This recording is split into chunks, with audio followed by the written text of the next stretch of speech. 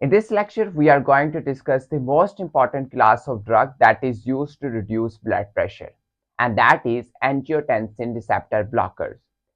In this class, you will see lot of different drugs like Losartan, Valsartan, Irbesartan, Candesartan, Olmesartan, Telmisartan, and the Irbesartan. So all these drugs lie in this class of uh, drug that is used to reduce blood pressure. First of all, we will look at the normal mechanism of renin angiotensin aldosterone system, and then we will see how this class of drug affects this system like renin angiotensin aldosterone system. So let's get started. If you look, these are the different drugs that I have already told you. Next, you will see the normal mechanism of the renin angiotensin aldosterone system. So most important organ is the kidney. This organ produces renin, that is hormone. Now this hormone converts angiotensinogen into the angiotensin 1, and after that angiotensin 1 converts into the angiotensin 2 with the help of the enzyme that is ACE, angiotensin converting enzyme. And after that, angiotensin 2 binds to its receptor, that is AT1 receptor, angiotensin type 1 receptor. And after binding, you will see lot of different changes that will happens in your body, like vasoconstriction, constriction of the blood vessel. So due to the constriction, you will see the increase in the blood pressure. Like in normal situation, when we constrict the water pipe, the pressure of the water increases. Similarly, when the blood vessel constrict in your body, the pressure of the blood will also be increased in that case. Next, due to the angiotensin 2 binding to its receptor, you will also see the increase in the production of aldosterone. Aldosterone is also a hormone that increases the sodium and the water retention in your body. Whenever you see the increase in the water and the sodium retention, you will also see the increase in the blood pressure. So this is again the second mechanism of how it increases the blood pressure. Next, you will see it also causes the constriction in the efferent arterioles. So, efferent arteriole present in your kidney. Like in that case, if you see, here is the afferent arterioles that carries blood towards the glomerulus, and the efferent arterioles carry blood away from the glomerulus. Similarly, if you see, this angiotensin 2 constrict the efferent arteriole, and ultimately it will maintain the glomerular filtration rate GFR in your normal situation. But when someone take the ARB, angiotensin receptor blocker, ARB, this will block this receptor, and after that angiotensin 2 cannot bind to its receptor, and what will happen, all these processes will be reversed in that case. Like you will see the vasodilation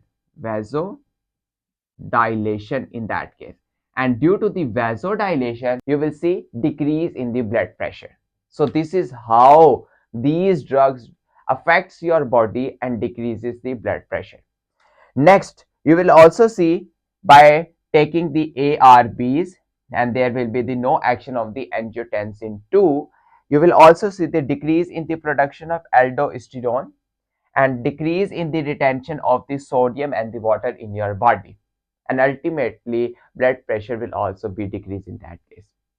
Okay, and last one is it, by taking this drug, you will see the dilation of the efferent arteriole. Here is the dilation of the efferent arteriole. Due to the dilation, you will see the intraglomerular pressure will also be decreased in that case, and this is good for the nephropathic patient. So that is the important thing regarding the angiotensin receptor blockers. Next, we will see the clinical uses. It is used for the hypertension, as we have discussed. It reduces the blood pressure by two mechanisms. by vasodilation and by reducing the aldosterone production. Next, it is also good for the heart failure because in that case, heart is not function properly, and it also help in the reduction of the preload and the afterload that is good for the heart failure patient. You can also see it is used in the diabetic nephropathy because uh, it all actually in diabetic patient you will see the already nephropathic, so it is also good because it dilate the efferent arterioles, and ultimately you will see reductions in the protein in the urine, and that is the proteinuria.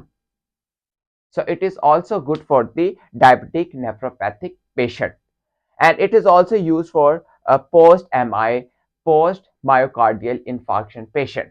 So that these are the clinical uses of these drugs. Side effects includes hyperkalemia, high potassium level in your blood. So you can monitor the electrolytes like potassium by doing a blood test.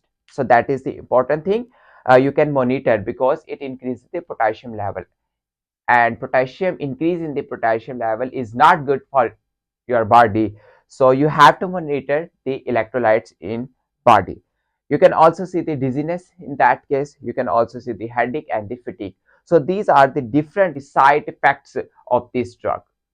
And contraindication, it is not used in the pregnancy, and if the patient is already hyperkalemic, then you will never use this drug because this drug also causes the hyperkalemia.